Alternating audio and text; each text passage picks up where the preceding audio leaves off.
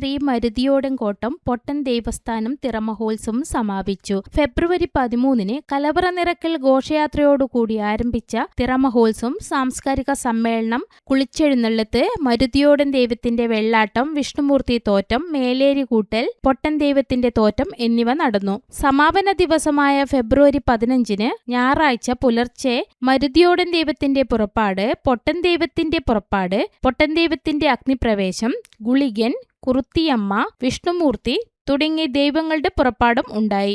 രാവിലെ 11 മണിക്ക് ചുഴലി ഭഗവതി ക്ഷേത്രത്തിലേക്ക് ആചാരപ്പടി എഴുന്നള്ളത്ത്, ഉച്ചയ്ക്ക് 2 മണിക്ക് കൂടിയാട്ടത്തോടെ തിറമഹോത്സവത്തിന് സമാപനമായി. എല്ലാ ദിവസവും അന്നദാനവും ഉണ്ടായിരുന്നു. നിരവധി ഭക്തജനങ്ങൾ തിറമഹോത്സവത്തിൽ പങ്കാളികളായി. അങ്ങനെയല്ലേ എല്ലാം പറയണ്ട, അതാണ് അല്ലേ. പക്ഷത്തിലുള്ളത് പോകാനും പാടില്ല, എന്നാൽ ഉത്തരത്തിലുള്ളത് കിട്ടുകയും വേണം അല്ലേ. ഞങ്ങളുടെ ധാരിക്കുന്ന അവസ്ഥകൾ അല്ലേ, അടിയറിവ് പറയാനും പറ്റില്ല, എന്നാൽ ദേവഗണങ്ങളെ കാണുകയും വേണം, അവരെ സാന്നിധ്യം അറിയും വേണം.